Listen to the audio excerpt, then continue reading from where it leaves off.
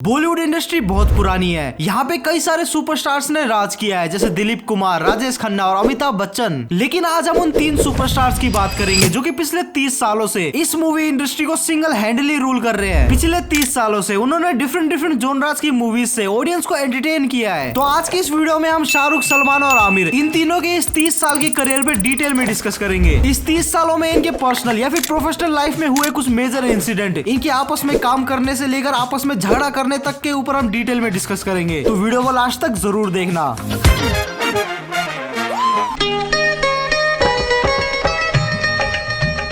इन तीनों एक्टर्स को हम 3 पिलर्स ऑफ बॉलीवुड कहे तो कुछ गलत बात नहीं होगी, लेकिन क्या इस मुकाम तक पहुंचने में इनका सफर आसान था? तुम में से बहुत सारे लोगों को पता नहीं होगा कि सलमान के साथ साथ आमिर भी काइंड एंड नेपोटिज्म के ही प्रोडक्ट है। आमिर के पापा ताहिर हुसैन खान एक प्रोड्यूसर थे और सलमान के पापा सलीम खान एक राइटर थे, जिसकी वजह से इन दोनों को ही इस इंडस्ट्री में आने में कुछ खासा प्रॉब्लम फेस नहीं करनी पड़ी। दोनों ने स्कूल के बाद पढ़ाई को लात मार के फिल्म इंडस्ट्री को ज्वाइन किया और शुरू में फिल्म मेकिंग भी सीखी और अपने करियर की शुरुआत छोटे मोटे रोल से की और फाइनली इन्होंने 1988 और 1989 में as a lead movie debut किया। और इन्होंने अपने करियर के शुरुआती दिनों में ही कयामत से कयामत और मैंने प्यार किया जैसी ब्लॉकबस्टर मूवीज दी, जिसकी वजह से यंग जनरेशन ऑफ ऑडियंस में ये काफी तेजी से पॉपुलर हो रहे थे। इन दोनों का करियर काफी अच्छा चल रहा था, लेकिन फिर एंट्री होती है शाहरुख खान की। शाहरुख खान ने भी अपने डेब्यू के जस्ट 1 साल बाद डर जैसी मूवी देकर पूरे मार्केट को हिला दिया और मार्केट में एक खबर फैलने लगी कि एक लड़का आया है जो कि आमिर और सलमान को टक्कर दे सकता है। लेकिन शाहरुख खान की इस इंडस्ट्री में इतनी खतरनाक एंट्री में आमिर और सलमान का ही हाथ था, क्योंकि दोनों ही भाई साहब ने डर और बाजीगर जैसी मूवीज को रिजेक्ट कर दिया था।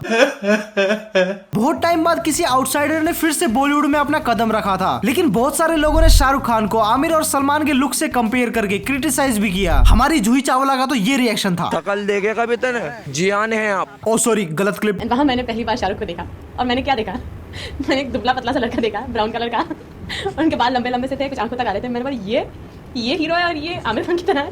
तेरा तो गेम बजाना पड़ेगा। शाहरुख खान भले ही एक आउटसाइडर थे, लेकिन शुरू से ही उनका एटीट्यूड किंग वाला ही था और उन्होंने बहुत जल्द अपने नाम को सुपरस्टार की लिस्ट में जोड़ भी दिया और सलमान और आमिर को धो भी दिया। कैसे, नेक्स्ट पॉइंट में जानते हैं।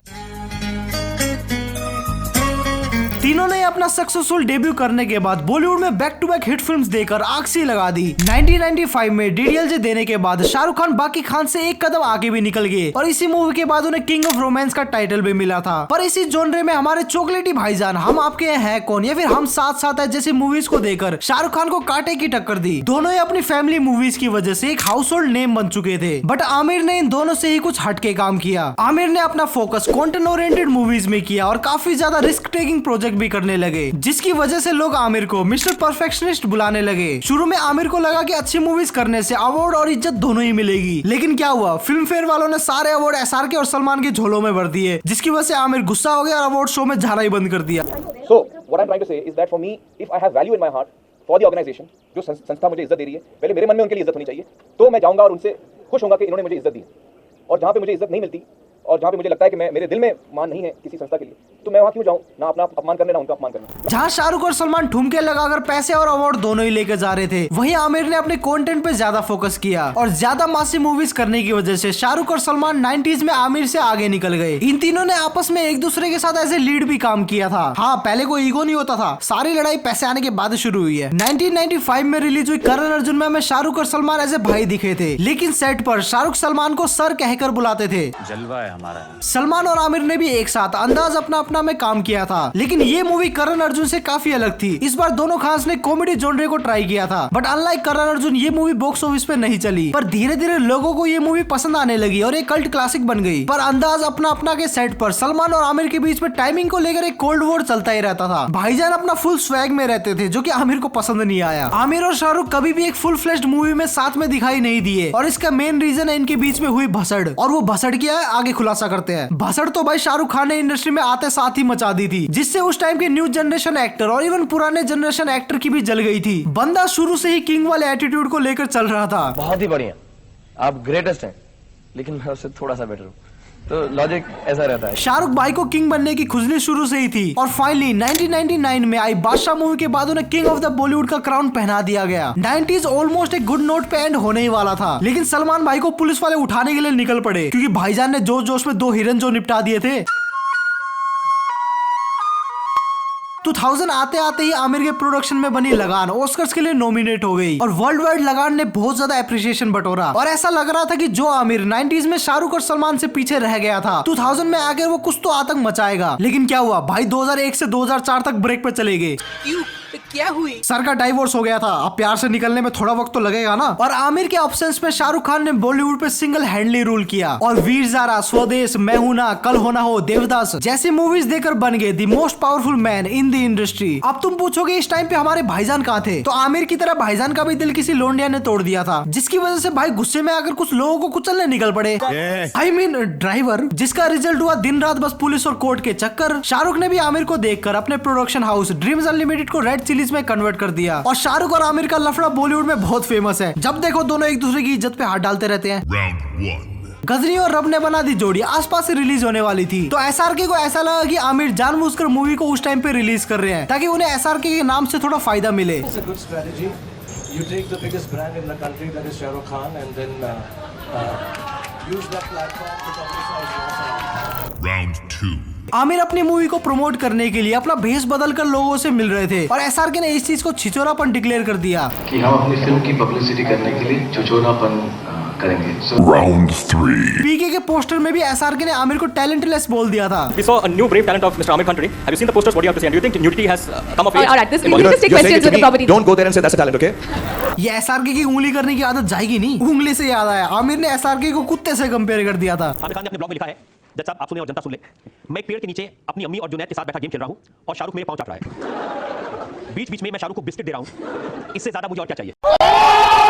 इन दोनों के भसड़ के बीच में सलमान भाई अपने डूबते करियर को बचाने में लगे हुए थे। भाईजान ने हिरन निपटा रखे थे, लोंडे निपटा रखे थे और सबको लग रहा था कि ये जेल जाएंगे और इनका करियर खत्म हो जाएगा। फिर क्या हुआ, ये जेल नहीं जाते, इनकी तेरे नाम आ जाती है। तेरे नाम वही मूवी है जिसने हिस्ट्री क्रिएट करके रखी है। रोड पर हर बंदा बीच से मांग, सनग्लासेस, बूट और कट पैंट पहनकर अपने आप को राधे भैया समझ रहा था और राधे भैया वही कैरेक्टर है जिसकी वजह से सलमान खान को भाई वाला निकनेम दिया गया। तेरे नाम से मिली स्टारडम ज्यादा दिन नहीं चल पाई क्योंकि भाईजान ने उसके बाद क्यों की, मैंने प्यार क्यों किया और लकी जैसी वाहियात मूवीज दी और वहीं एसआरके ने मास ऑडियंस और आमिर ने क्लास ऑडियंस को सक्सेसफुली टारगेट कर लिया था। आमिर की रंग दे बसंती, दिल चाहता है, तारे जमीन पर और 3 इडियट्स जैसी मूवीज को वर्ल्ड वाइड एप्रिसिएशन मिला और वहीं एसआरके ने वीर ज़ारा, डॉन, चक दे इंडिया और specially my name is Khan जैसी मूवीज से अपने स्टारडम को ओवरसीज तक लेकर गए। दोनों ही खान इंडिया के साथ साथ ओवरसीज मार्केट में भी तबाही मचा रहे थे। शाहरुख खान ने एक्टिंग के साथ साथ बिजनेस को भी काफी सीरियस लिया और शाहरुख खान ने अपना इतना बड़ा एम्पायर कैसे खड़ा किया, इस चीज को अगर तुम स्टार्टिंग से समझना चाहते हो तो मेरी ये वाली वीडियो जरूर देख लेना, लिंक तुम्हें डिस्क्रिप्शन में मिल जाएगी। और इस बीच ना भाईजान की मूवीज चल रही थी और ना भाईजान का भला हो रहा था, तो भाईजान ने दूसरों का भला करने का सोचा और 2007 में बीइंग ह्यूमन चैरिटेबल कंपनी खोली जो कि अलग अलग चैरिटी वर्क करती है। तीनों खान्स के बीच सब कुछ सही जा रहा था। एसआरके और आमिर ने भी एक दूसरे को देखकर मुंह फुलाना बंद कर दिया था और भाईजान भी ऐश्वर्या राय से मूव ऑन कर चुके थे। अब वो अलग बात है कि इस दौरान एक गरीब आदमी का करियर खा गए।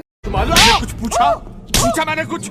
और 16 जुलाई 2008 को भाईजान की न्यू सेटिंग कटरीना कैफ की बर्थडे पार्टी थी जहाँ पे शाहरुख सलमान दोनों आए हुए थे, पर पता नहीं इस पार्टी में क्या हुआ, दोनों ही खान से एक दूसरे से भिड़ गए। समाचार की माने तो एसआरके ने भाईजान की एक्स को लेकर एक जोक मार दिया था और भाईजान की सनक गई। सालों तक इन दोनों ने एक दूसरे का चेहरा तक नहीं देखा। एसआरके ने मीडिया में आकर सलमान से माफी तक मांगी, लेकिन भाईजान चाहते थे कि एसआरके उनके घर पे आके पर्सनली सॉरी बोले।